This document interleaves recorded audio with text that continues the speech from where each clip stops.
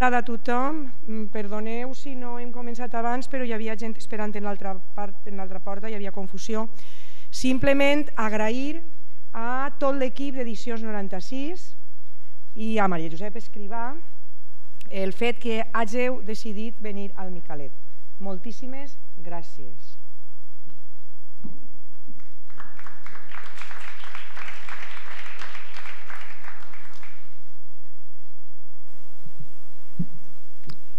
Bona nit. Des d'Edicions 96 volem agrair a la societat El Micalet, Pepa, Gràcies Tonecho, tota la gent que s'acompanya i molt especialment al públic que heu vengut, que a més és molt nombrós. Estàvem una miqueta així dient Teatre El Micalet, a veure si som capaços, si la poesia és capaç d'omplir. I veiem que sí, i estem molt contents per això. I molt especialment, abans de començar a presentar-vos el llibre, sabeu que és un recital poètico-musical, però que gira al voltant d'un llibre, d'un projecte editorial Forsey. Abans de presentar-vos, sí que vull agrair a totes les 50 veus, plomes en aquest cas, poetes del País Valencià tots, compromesos, generosos, com solen ser sempre els poetes, que ens han oferit una poesia magnífica que al final és una realitat en un llibre que ha costat molt més de 2 anys i és que esteu presents, els poetes que esteu presents ho sabeu. Ens ompli de goig. A tots els 50, moltíssimes gràcies. Avui n'hi ha una bona representació. Molts d'ells tindrem la sort de sentir-los recitar els seus propis poemes en pròpia veu, acompanyats de Maria Josep Escrivà o de Cristel Enguix o ells mateixos. Altres estan presents i no recitaran i altres que no estan també estan entre nosaltres. Fins i tot amics com Joan Pellicer, que també estaria de venit d'acompanyar-nos i que sí que ens ha cedit, segur que sí, els seus textos i el seu compromís amb la natura i amb el territori. Intervendran, i a ells especialment s'agraeix la seva presència, Marc Granell, Eduard Marco, Encarna Sanceloni, Manel Marí, Antoni Ferrer, Àngels Gregori, Francesc Rodrigo, Manel Rodríguez Castelló, Begoña Pozo, Lluís Rodo, Cristel Enguix, Consol Martínez Bella, Pepa Úbeda, Eduard Ramírez, Isabel García Canet, Maria Fullana i Anna Montero. Alguns hi són presents i altres estaran en veu de Maria Josep o de Cristel. I ara ja sí que parlar-vos una miqueta del llibre. Aquest llibre col·lectiu naix de la intenció de reflectir a través d'un nombre ampli de poetes valencians el compromís ètic, estètic i vivencial envers qualsevol espai o motiu del nostre territori. Descartem rotundament la imatge del poeta desvinculat del món que l'envolta, de la terra que trepitja, i així ho han deixat clarament palès els autors i autores que componen aquest Forsey. 50 veus compromeses vivencialment, lingüísticament i culturalment amb aquest país que ha estat víctima de tantes depredacions en les dècades que ens han dut del segle XX al XXI. És així que al voltant d'aquest rètol fatídic que ja forma part del nostre paisatge irreversiblement urbanitzat, Forsey, s'han congregat veus que continuen tremolant davant d'arbres vius, de garrofers, d'ametllers i de moreres. Veus que evoquen platges i lamenten derrotes i celebren pobles, pobles a dojo. S'hi han escrit cendres, ganyotes, escarnis, al costat de maons i de rajoles, els quals han conviscut amb els sords, la calç i la pàtria, i s'hi han suportat sequeres, fantasmes. Hi trobareu poemes on es cria encara blat, d'axars, alfals, paraules precioses, on les marjals conviuen amb el pic i la pala, amb els suïcidis i la vinya i els riuraus, amb els nínjols, amb déus en minúscula i amb noms en majúscula, amb pa i raïm i amb excavadores. Les muntanyes hi comparteixen terreny amb les grues i amb els porquets.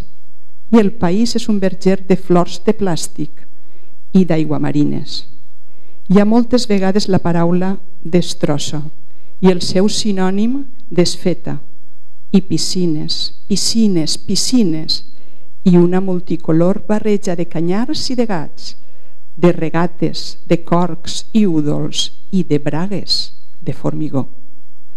Gràcies als poetes hem descobert que barranc i carretera tenen fonètiques molt similars i natures ben distintes, i que pudents, botxins, especuladors i regidors poden tenir sentits massa similars encara que les fonètiques siguen tan distintes. Collo de borinots, caragolets, rapassos. Ens agrada la sonoritat de Bella Vall i voldríem mantenir la superstició que ens allunya instintivament de tots els àngels caiguts. Però després de tot, més enllà de contradiccions i de despropòsits, creiem que d'aquesta iniciativa col·lectiva i d'aquesta mostra literària s'extrau una constant ferma que en la lletra i en la veu de Josep Nadal diu, i que escriu aquestes línies assumeix, conscient de la dosi d'optimisme i de la supervivència que li pertoca. Ens mantindrem fidels a aquest poble. I per acabar, només en tots els agraïments, un molt especial al músic, que no el tenim encara però el tindrem, sí que tenim el seu magnífic instrument, l'acordió, a l'Amadeu Vidal, al Nacho Francés, que no el tenim però tenim la seva obra, que serà la que projectarem, a Salvador Bolufer, que ens ha cedit la seva veu en off, impressionant com sempre, i molt especialment a Cristel Enguix i a Maria Josep Escrivà, que ens fa de musa, de guia i d'amiga i poeta estimada. Moltes gràcies.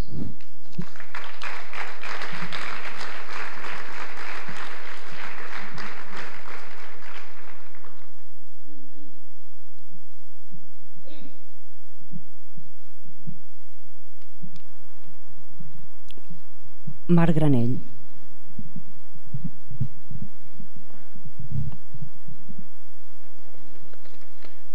Terra lliure, a Carme Ruiz i Manuel Tarín. Perquè era verda i encara pot ser verda. Perquè és la veu dels morts que l'estimaren. Perquè era una i encara pot ser una. Perquè és cançó d'un mar sense memòria. Perquè era neta i clara i no sabia dir paraules de parla estrangera. Perquè és batec a les goles incendiades. Perquè era nostra i encara pot ser nostra. Perquè és un cor que agonitza entre cadenes.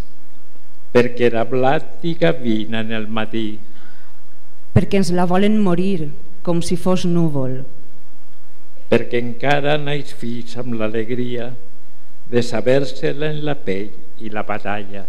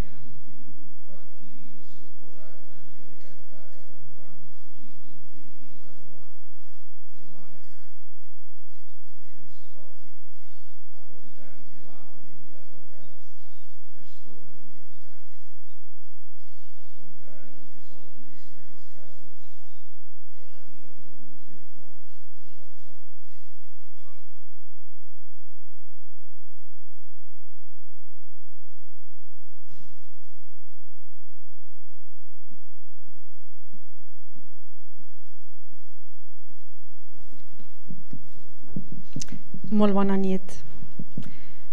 Volem dedicar aquest recital a la memòria de Joan Pellicer i Bataller, que en un dels seus textos de Botànica va dir: no queda res de les llustroses moreres del camí de la Dula, ni de l'olivera de la pujada de la mar, ni de les desafiants araucàries que senyorejaven sobre els nostres terrats i teulats. No queda res tampoc de les frondoses séquies, ni dels borbollejants ullals, ni dels sucosos prats de la marjal, ni d'aquells edènics dunars i muntanyars. Ara només prospera la tenebrosa fronda de l'asfalt i la monstruosa flor del ciment i una infinita i suïcida indiferència.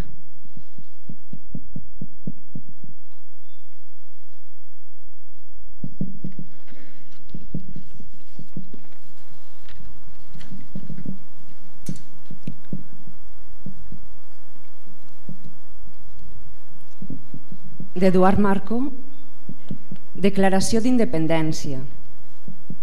Passarà prompte, però no et preocupes. Marc Granell.